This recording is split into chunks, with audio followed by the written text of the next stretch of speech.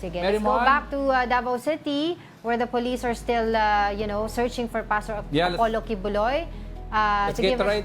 Mobile journalist Mary Mon Reyes. Mary Mon. Sir. Ayon po yun sa mga detalye po na nasa 1 po yung mga Based po yun sa ano report ng po ba police. ang gusto ninyong ipaalam na lang po sa mga, para po sa kaalaman din ng mga tao? Sige po, ano po ang Based sentiment po sa nangyari, ilang araw na po silang nasa loob. Ang every structure na na-search nila ay pinabalik-balik nila pinasok sa loob, no? At least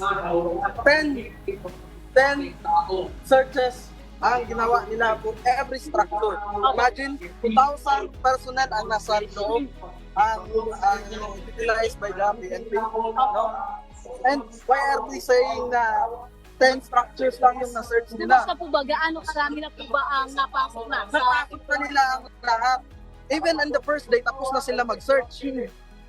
Na-search nila yung property, tapos ibang unit na naman ang papasok, tapos maghahanap doon. Kumusta sir ang mga miyembro sa loob ng KOJC ngayon? Ano ang masasabi? Walang tulog. Walang tulog ang mga members doon. Hindi kami pinapapasok sa loob.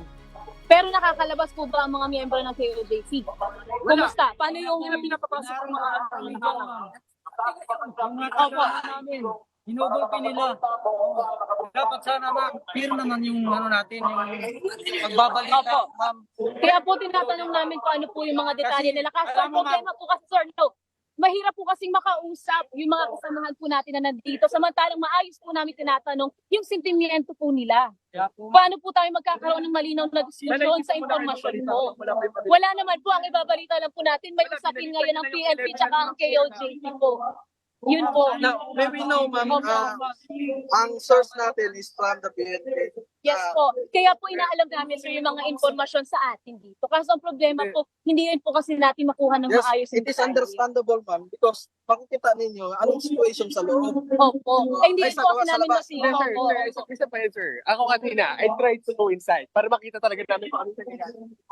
Pero napapasok sa loob. Kahit detalye rin po, wala rin po kasi kami Sir, nakuha na malinaw.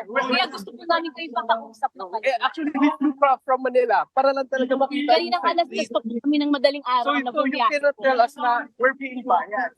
Yun po That's yung why we're mahirap. here. Kaya po kami nandito para maigpit natin yung narratibo. Kaso ang problema po kasi, lalapit na po kami, paalisin po kami agad. Paano po namin maririnig yung sentimiento ng lahat ng taong involved dito sa issue? Yun po yung problema natin, sir.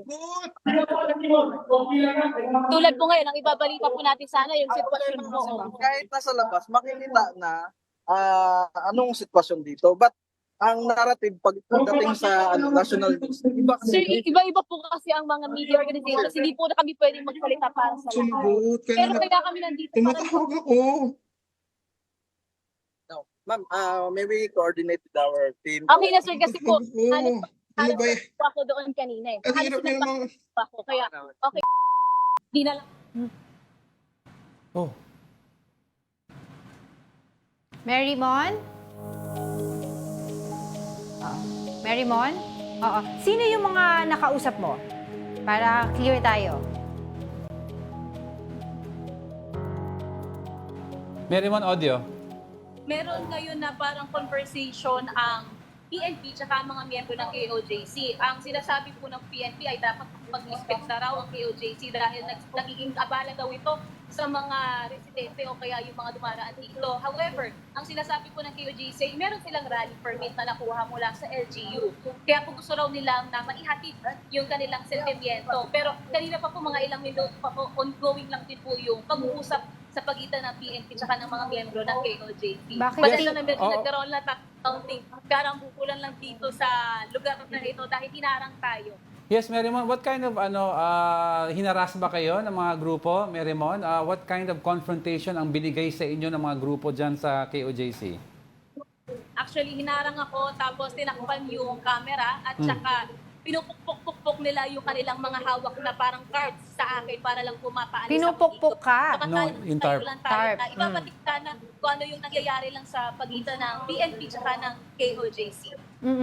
Okay, so balikan din natin yung mga iba pang pangyayari dyan, Mary Mon, bukod doon sa sinasabing ibang mga miyembro kanina, For those who just tuned in, yung mga kausap po ni Merrimon ay mga miyembro ng KOJC, supposedly harassing her. Ang aming Mojo po ay nagbabalita lamang po live dyan sa Davao City kung saan nangyayari po yung paghalughog, paghahanap kay Pastor Apollo Kibuloy. Ngayon, Merrimon, nakausap mo na ba ang mga pulis dyan? Meron ka na bang update?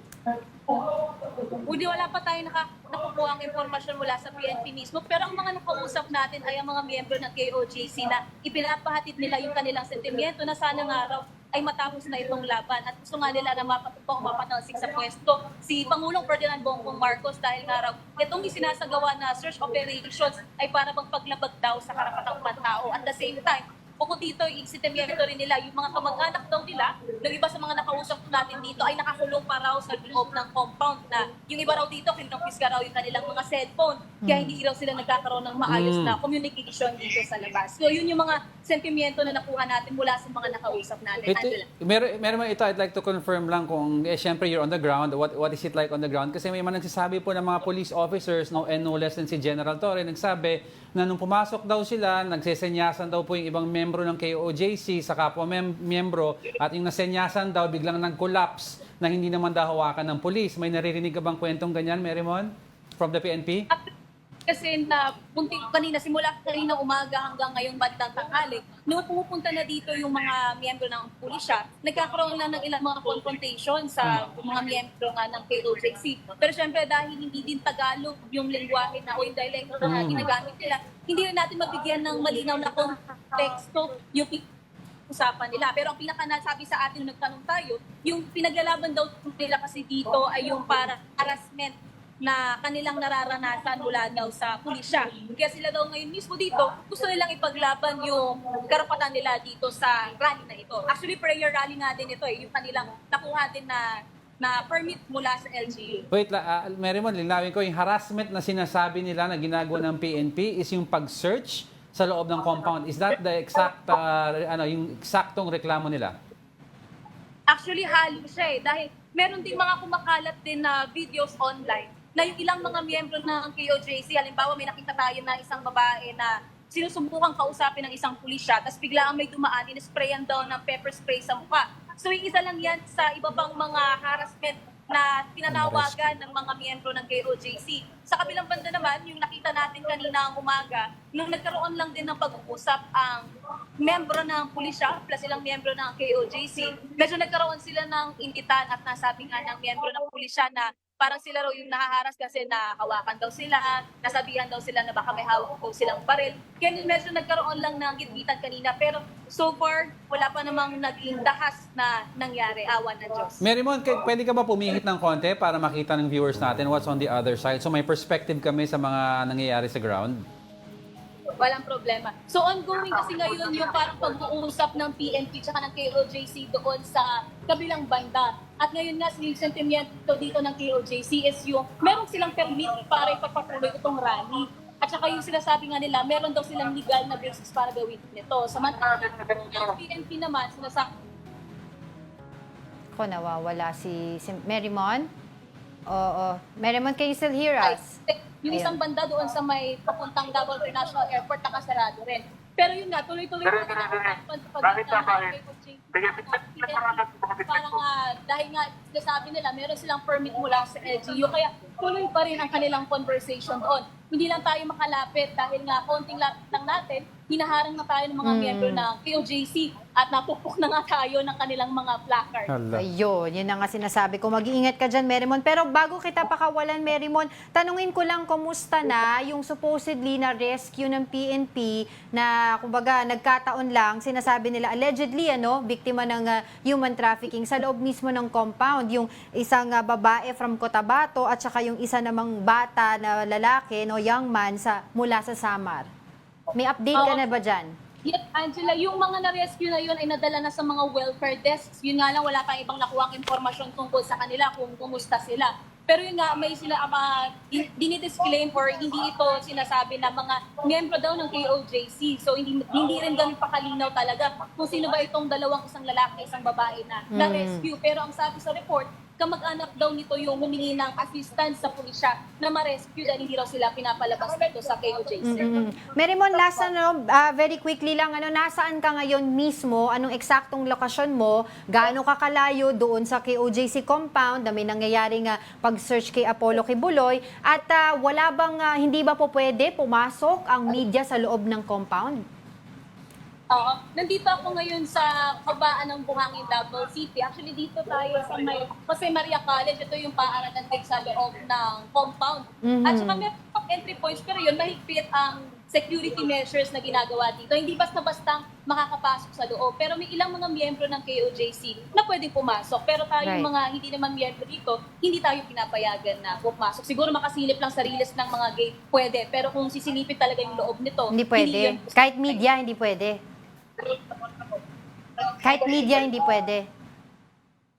Nako, nawala na. Wow. Si Merimon. But kung naririnig mo kami, Merimon, mag-iingat Ingat ka kayo dyan. That was our mobile journalist, Merimon Reyes, live na nagulat mula sa Davao City. Kasi over the weekend, sinabi nila, may mga gustong mga pumasok ng mga taga-media, pero pinapapirma daw ng PNP Region 11 na, sige, papupuntahin namin kayo sa loob, pero willing kayo mag-testify sa court. Kaya yung ibang media ayaw naman. Testify sa court. Sa court. Kung ano yung nangyayari. Kung ano yung nangyari, parang ganun. Kaya I was asking Merimon, pero nawala na siya sa linya natin. But mag-iingat ka dyan, Merimon. And of course, si Ivan Tarinque and the rest of the media na Eric, nagdadaan po ngayon. Yun lang Miyembro ng masasabi media. sana na nagreklamo kayo na hinaharas kayo ng PNP, hinaharas nyo rin yung mga workers namin here in media, that doesn't make you any better than anyone else. So, let us do our jobs, let the PNP do their jobs, let us all be at peace with each other, at wag kayo magtrato ng ganyan sa ibang tao. Yun lang masasabi ko. Patuloy po kayo tumutok dito po sa ating mga programa sa One News, sa One PH, para po sa mga magiging update po dyan po sa nangyayari sa Davao City.